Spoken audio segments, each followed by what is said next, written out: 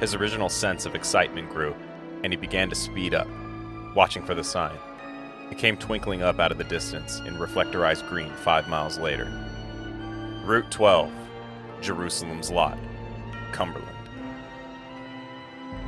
A sudden blackness came over him, dousing his good spirits like sand on fire.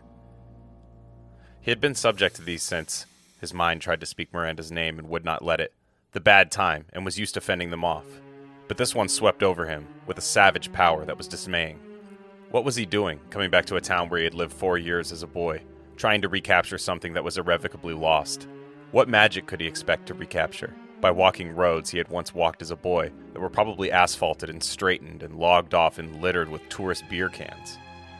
The magic was gone, both white and black.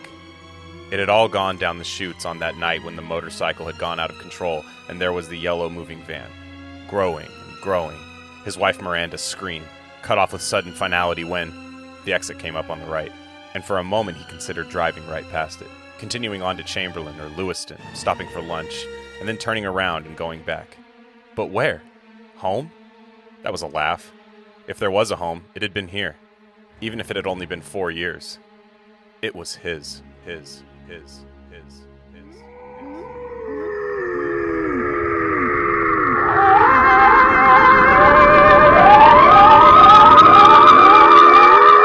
From the 5 to the 6, we be in the mix with that rare candy paint job on the whip. I need food for the kids, money for the rent. Fuck a lockdown, baby, I can't do that shit. Now I'll never vote, cause I'm fucking broke. And either way, I know the police ain't gon' leave me alone. On a plane by the visit Glen Rock, me and Crypto told me I should bring the Glock with me. So I packed up my piece and I'm sliding. Cause we might get caught up in a riot. Middle finger Trump, middle finger Biden. Fuck a left, fuck a right, is you right, is you right, is you never see it. It was rocking, ain't no politics, baby, we just talking. From the birds to the bricks, we be in the mix with that rare candy paint job on the whip. Who you with, who you with?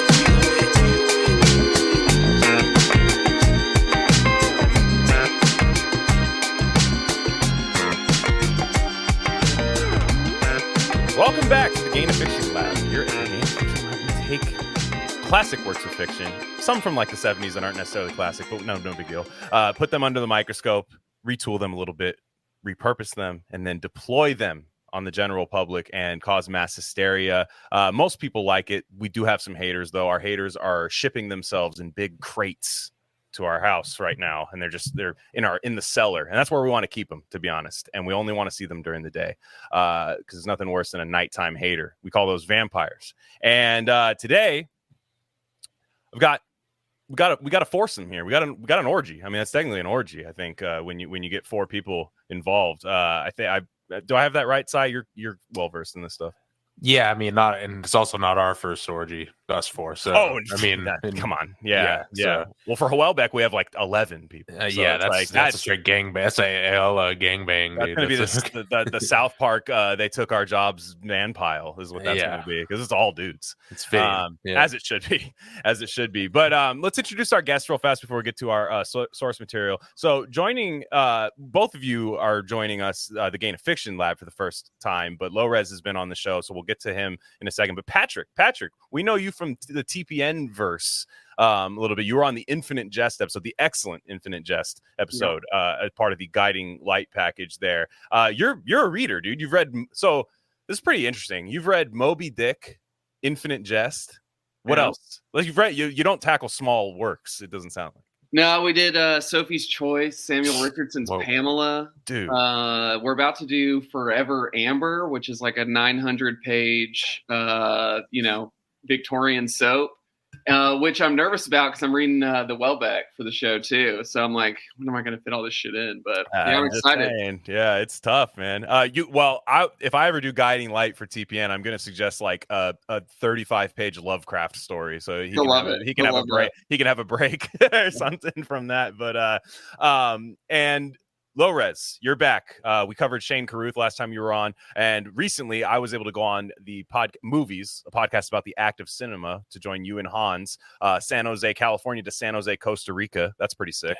Yeah, that was amazing. He stays up it has to be 3 a.m. when he's recording with me. That poor guy. He looks like a vampire when he records with me. He does. It's actually quite scary. He looks so refreshed on all the other movies episodes I watched. He's just like locked in, and then with me, he's just like fuck. But that's the price you pay, I guess. But Low Res, can I get an update on Mass State Lottery? It's done. It's done, and I'm feeding it to a couple of different distributors right now and trying to haggle a deal that's going to work out for me and my producers. But it's going to be screened probably next month, and we're going to figure out something from there. So within the next couple of weeks, there's going to be an update on the film. But it's really good to be back. It's good to be back and talking about Salem's Lot. And also, Patrick, great episode of TPN. I didn't know that you were the guest on that episode, but that got me wanting to check out David Foster Wallace for the first time in my life. And we had a Lost Highway episode around the same time that we were recording. And I went and checked out his article just because of that episode of TPN that you guys did. So, yeah, thanks, man. I think you in particular would really like it. All the media coverage. Yeah, that guy was a TV guy. Yeah, that guy was about. He was kind of like Jack, where you just like picture him just like locked in watching, just having a screen going in the background, reading a massive book. Like it's pretty sick. I have not read any DFW though. I know I would love him. Like I just know it. I know that's. I love like meandering postmodern fiction. Well, I haven't tackled Pension even after your episodes, so. I can't recommend him to anybody, even though I love him. I will read everything he ever did. But if I recommend Thomas Pynchon to somebody, they might never talk to me again. He's because it's arduous to say the least. V was one of the most rewarding, fun reads, and it was one of my favorite episodes that we did.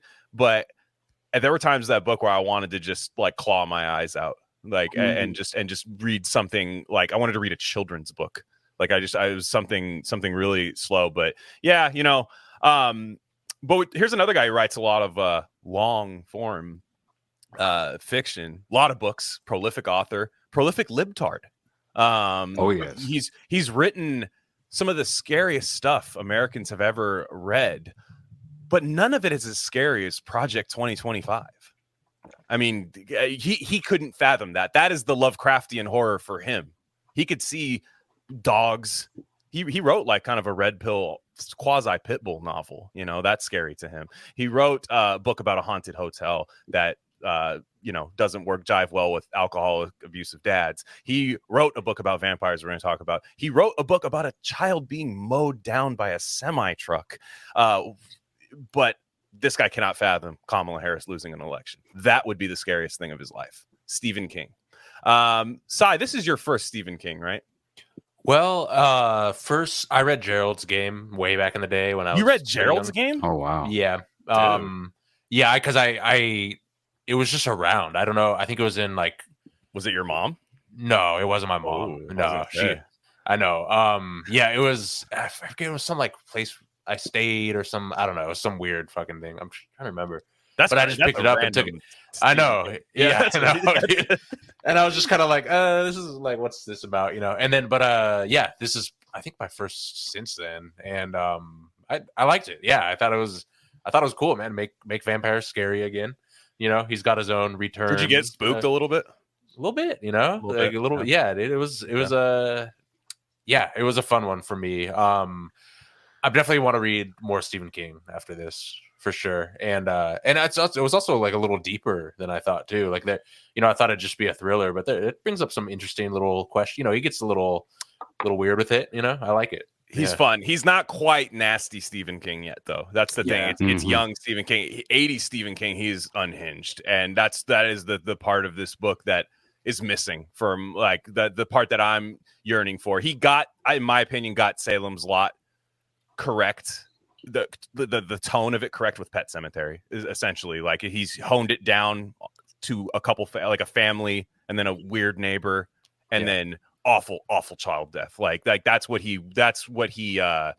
I think he got it right. But Low Res, you've read a bunch of Stephen King. You are probably the person that I have access to that knows the most about Stephen King. You are a New Englander.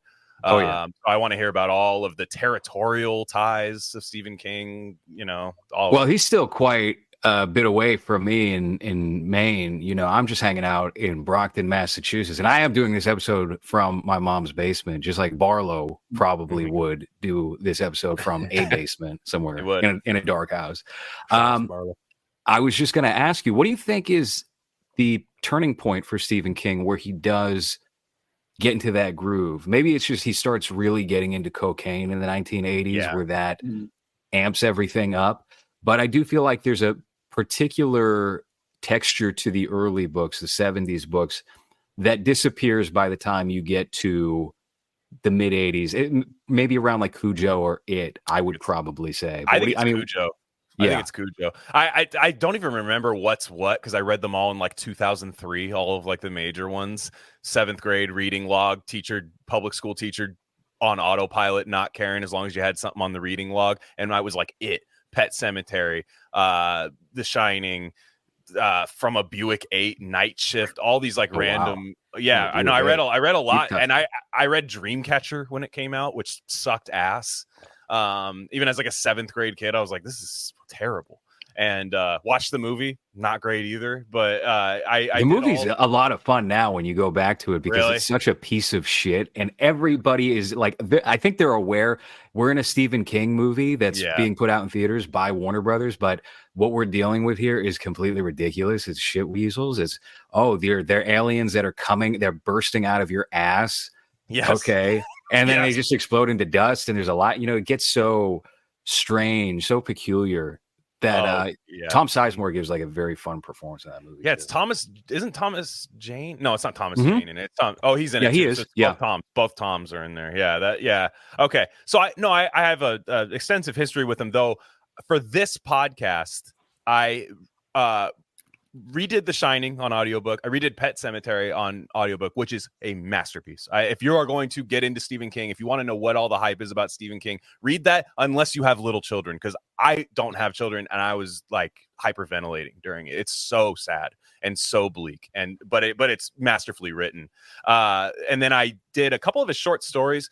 Some of his short stories I think I read, but just I kind of glossed over when I was young. I believe it was from Skeleton Crew. He has one called The Jaunt, which is a sci-fi techno horror, which is really good actually, about a guy who it's got a libtard climate change. Like only when the last forest burns up do we realize we can't eat money or something. Remember that phrase? It's basically the premise for the book, but he creates a cool teleport thing where you come out all Lovecraftian with arms out of your head, and like kids are getting tortured by it and stuff. And then I did Survivor Type. Survivor Type's a really good one. It's like his Castaway. It's like a demented castaway about an Italian guy, and he gets to write in his like corny ass Italian voice about a guy like hammering his own ankle off with a rock. Really good. But Patrick, Patrick, you didn't care for the book. I didn't. We can get into it. I want to hear it. I want to hear why. Because I think I'm actually delighted that you didn't, because Stephen King is a very polarizing writer. There are people that just don't. My wife has not. She's tried 4 times to read a Stephen King book and just nothing.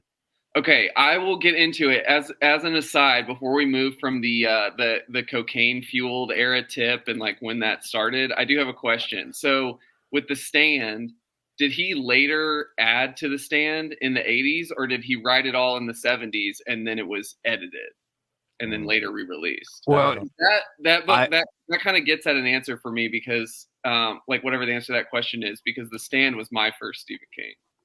If I remember right, there is a revised version that was put out, I think in 1990 or 1991, where he included some deleted scenes and then he updated all of the pop culture references to fit that decade. So it's a little bit of both. Okay, I see. That's the one classic of his I have not read, which I know I need to. It's a horrible blind spot, but also what the fuck, dude? It's huge. Yeah, but I need to. But Patrick, please go on. Yes. Okay. So, history with Stephen King, real quick. I read The Stand in the 7th grade. I had like a little junior high friend who was introduced me to like huge books like The Stand, and I read Atlas. I borrowed his copy of Atlas Shrugged when he was done. Damn. and I just kind of stopped reading them until I dropped out of between when I dropped out of high school and college, and I read a bunch of the Dark Tower books. And I stopped on the 5th, I think before or Father Callahan was introduced. But why didn't I like it? I wanted it to be like more either scarier or more like Peyton Place or Dark Shadows, just Agreed. like slow burn, campy, soapy. And then for me, like it doesn't have the range and scope of something like The Stand. Like I saw a bunch of reviews online where it was called like Dickensian, which just doesn't really register for me. There's a lot of characters, but I don't really like when I was reading it, I didn't really even get a sense of who any of them were. There was just a bunch of names being thrown at me. So I just didn't feel like the town was real or alive and the people in it, which is like the point of the book. I think you're right. No, I don't know if it's that properly executed. Now, I think this book is something that I take tidbits from that I really like. There's certain parts of it that I'm locked in on, and we'll talk about those. I first off, there's just no way you can only have sex with Susan Norton once. Like you need to be fucking her the whole book, dude. And like, and while she's turning and stuff, like in the 80s, Stephen King, he's like, I'm telling you. Ben Mears is all up in Susan Norton, like fucking like being a little nasty little pervert with her. But I think the real problem with it is that Ben Mears is just not that cool either. And he's just not. And then there's like other parts of the book. Again, I'm saying this is someone who's a fan of the book, but there's other parts of the book. I don't really love the Matt Burke hospital scenes. That's when the book comes to a grinding halt to me, where I'm like, dude, I'm not even this could be a 100-page shorter guy, but if I would actually keep the book the same length and have more towny, trashy nonsense. The white trash did not get enough highlights in this. Like that white trash stuff is great. All the Jointner Avenue, all of those people with like the McDougal's and stuff, like with their like the trash. I wanted a little bit more of that. Them turning and like nastier, weird stuff. And I think we're all kind of in the same boat there, but I do say this as a fan of the book. But there were times, especially, I think he sticks the landing at the end, but the like part before that, like the penultimate part of the book, is really boring to me. I don't know if that's like one of those movies where it's like a football movie or somewhere it's supposed to have a lot of characters, but there's really only like 4 or 5, and you could tell they didn't cast enough people. It's kind of feels a little. I get that for sure. Where it's it could be a little deeper, a little more building of that world, but it doesn't happen. But I do like the pacing of it and the phases of the book. That's the cool part of it. He's figuring it out. He's young. He's a young writer at the time. This is his second book, so what he's kind of taking a stab at here, he winds up perfecting, I think, with The Stand, and also it in just giving you the proper atmosphere of this town. But clearly going with the name Salem's Lot, there's an expectation to be met there. But I was just going to add, if you're looking for more of the white trashiness that's in this book, I would say Salem's Lot from 2004, which I found on the shelf. He's haunting me with this. Yes, the Rob Lowe adaptation, which you agreed we'll cover at some point. Yes. They really go deep into that. You get a lot of that in the TNT adaptation. So just stay tuned. You will. You tell me that this. Were you a crew member on this? Like that? Like as a child, were you in this? Are you the child? I wish I could have been. Mark Petrie. Salem's Lot. Yeah. Are you? No, you're the dead baby in Salem's Lot. Is that what you were? Yes. Everything you say about it, I'm like, this sounds pretty tight. Now we are going to talk about the 1979. Tobe Hooper miniseries, which I quite like. I think it's quite fun, especially for a TV series. Stephen King books do really well for like made for TV, big budget made for TV stuff. The day trembled on the edge of extinction. The houses slept in darkness. Downtown, nightlights in the hardware store and the Foreman Funeral Home and the Excellent Cafe threw mild electric light onto the pavement. Some lay awake. George Boyer, who had just gotten home from the 3 to 11 shift at Gates Mill, Wynn Purrington, sitting and playing solitaire and unable to sleep thinking of his Doc, whose passing had affected him much more deeply than that of his wife. But most slept the sleep of the just and the hard-working. In Harmony Hill Cemetery, a dark figure stood meditatively inside the gate, waiting for the turn of time. When he spoke, his voice was soft and cultured. "Oh, my father, favor me now, Lord of Flies. Favor me now. Now I bring you spoiled meat and reeking flesh. I have made sacrifice for your favor. With my left hand, I bring it. Make a sign for me on this ground, consecrated in your name. I wait for a sign to begin your work. The voice died away. A wind had sprung up, gentle, bringing with it a sigh and whisper of leafy branches and grasses and a whiff of carrion from the dump up the road. There was no sound but that brought on the breeze. The figure stood silent and thoughtful for a time. Then it stooped and stood with the figure of the child in his arms. I bring you this. It became unspeakable. But let's take it from the beginning. What is this book about? What is even happening?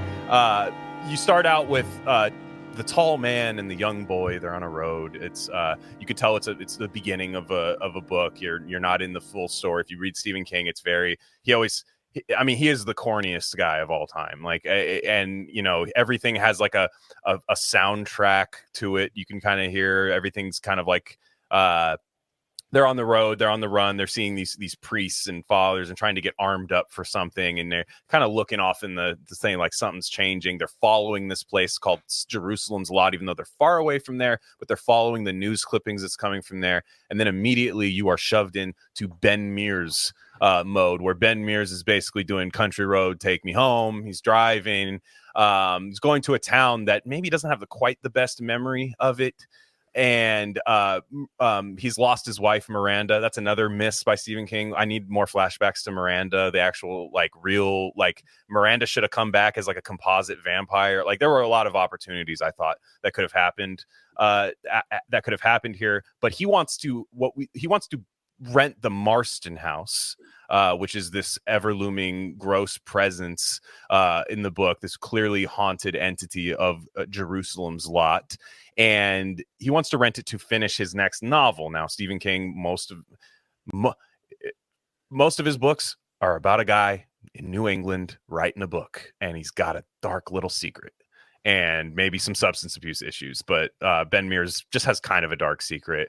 Could have been darker. I think he learns that later as a writer. Like, I got to make these guys way more fallible and way more I got to be more transparent with them and stuff. But the beginning is fun. I love the beginning, the scenes of the town, of the townies describing all the people in town, and the Marston house and stuff, which when we discussed the Salem's Lot 2024 on movies, you just get none of the Marston house. It's such a focal point too for the 1978 adaptation, and it comes into play even more in the 2004 than probably either adaptation, and maybe even parts of the book.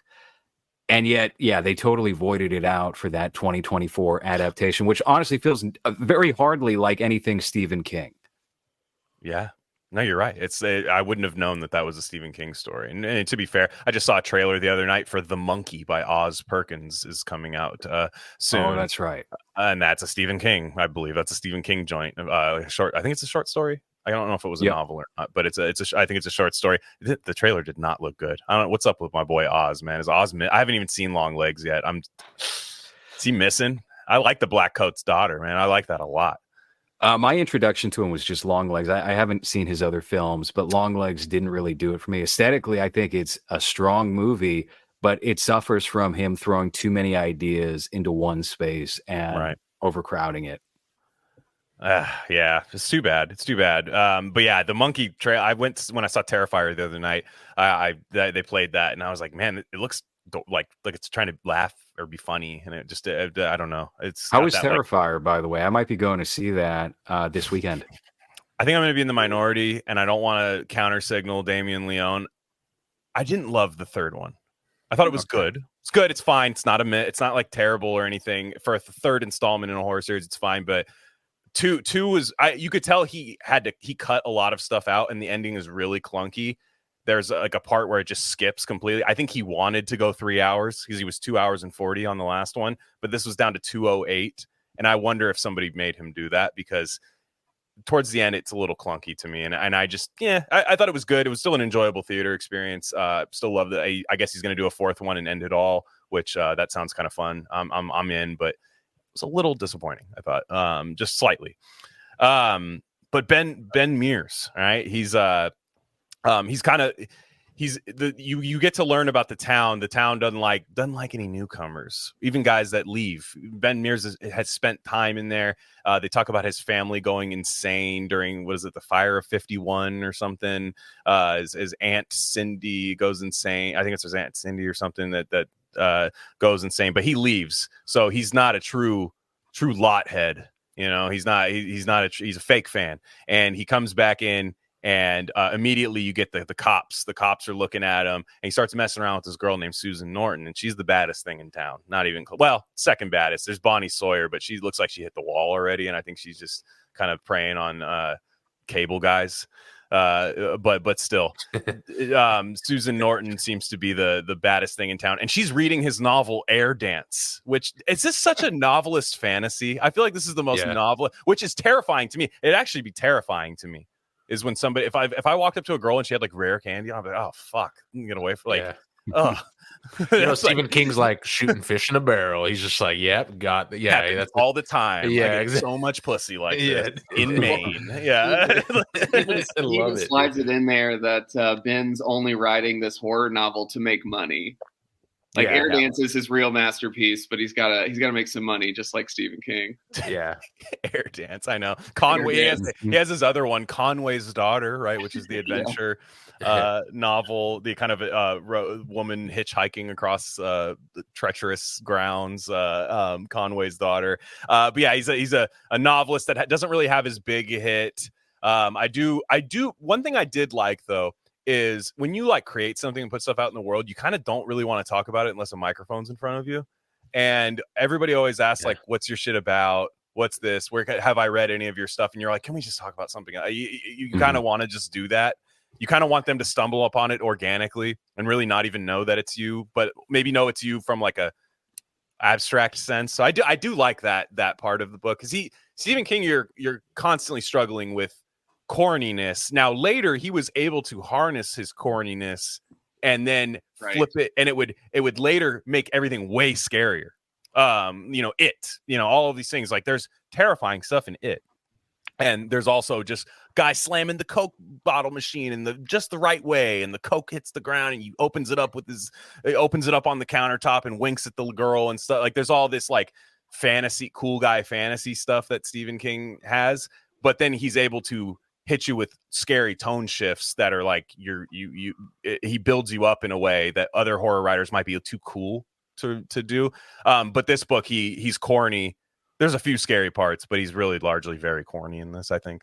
Yeah, I think it's kind of interesting that the scariest parts of this book translated pretty well to being the scariest parts of the miniseries from 78. Mm-hmm. The moments that left me in like an eerie state as I was listening to the audiobook at night were always, okay, it's the kid in the grave, or it's the Undertaker showing back up at Matt Burke's house. Mm-hmm. And I think he's still kind of figuring out, all right, what is it that frightens people? How can I form this in a way? And he really nails it with his third book, The Shining, afterward, which I think is maybe his scariest book. So it's still this growing pains process. Salem's Lot is where you get a lot. I still think it's a lot better than what you would see from anyone else operating in the genre. Agreed. And trying to do these things, but it's not Stephen King firing from all cylinders like you're going to get with his other classic books. You also, the genre at the time was a bit more pulpy, or not pulpy, but like writing for money. Like there was a guy, one of my favorite horror books of all time was what I did a Gain of Fiction episode on. It was Hell House by Richard Matheson. And you hear him talk about it and he's like, yeah, I just needed to write a book. I just wrote it. And I was like, okay. Because it's fucking deranged and unhinged. Came out around the same time, I think, as Salem's Lot, roughly. And it goes there too. I mean, you have women like slashing their wrists on crucifix and stuff, and like, gross stuff. And it's but Stephen King, you could tell, cares deeply. And what he is Edgar Allan Poe plus H.P. Lovecraft plus whatever bestseller your mom's reading. Yeah. That is the equation to make Stephen King. Because he's very much writes bestsellers. You see him kind of guiding you through reminding you who people are a lot and stuff that you get in a bestseller, which I appreciate a lot. But like you said, he's not fully hatched yet. And a young novelist is like a, you know, like a 45-year-old like wide receiver. You know, it's like they're young. You're not that good yet. You know, it's just you don't write your best book at 20. I mean, people say Bret Easton Ellis did. Less Than Zero is not his best book. He just started out super hot. You know, like he started out hot and he captured a tone and a scene and a time perfectly and did that. But he has much better books. He got better as he got older. And but Stephen King, you can get the Lovecraftian sense because a lot of people, like whenever they're digging up the bodies and stuff, and this happens a lot, it happens in Pet Sematary as well. They're trying to stop themselves halfway through. Like, why am I doing this? You have these come to moment. But with Lovecraft's whole thing is, I should not be doing this, but there's nothing more that I feel drawn to. Like, my free will is gone. I have to do this. And that's a scary thing. That's a scary premise. But the scariest part for me, I mean, far and away, I still think about it, is her name, McDougal or something, the woman who's married to the white trash guy, and her child. Because it's pretty unhinged. Like, she's like throwing baby bottles at the baby and like hitting it in the head and stuff. Yeah, the baby's like turning purple. Yeah, it's really sad. It's really sad. Patrick, you're a father, right? Yeah, that was the most fucked up part. I'm not a father, so like it's not even like a cop out, but there's no way of replicating the feeling of like guarding a child with your life and like actually doing it. And then like my dad watched the Florida Project and had to turn it off like 20 minutes in. He's like, I can't watch this. He's like, it's just bad parenting. Like, it's just like, I'm like, yeah, Dad, she's a tweaker. Like, yeah, she's on meth or whatever. And, you know, Sweet Willem Dafoe helps out in there. But no, he's that part is crazy. And then the part where the child is dead and she has all this instant regret. And it's regret. It's shock that her child's dead, but regret that she was a terrible mother at the same time, like going through all these cycles at the time. And the child has died for some mysterious reason. It's not quite well known why the child has died. And she's spoon feeding like chocolate Gerber stuff into the baby's dead mouth, and it's just hanging out of there. I have that image in my mind still.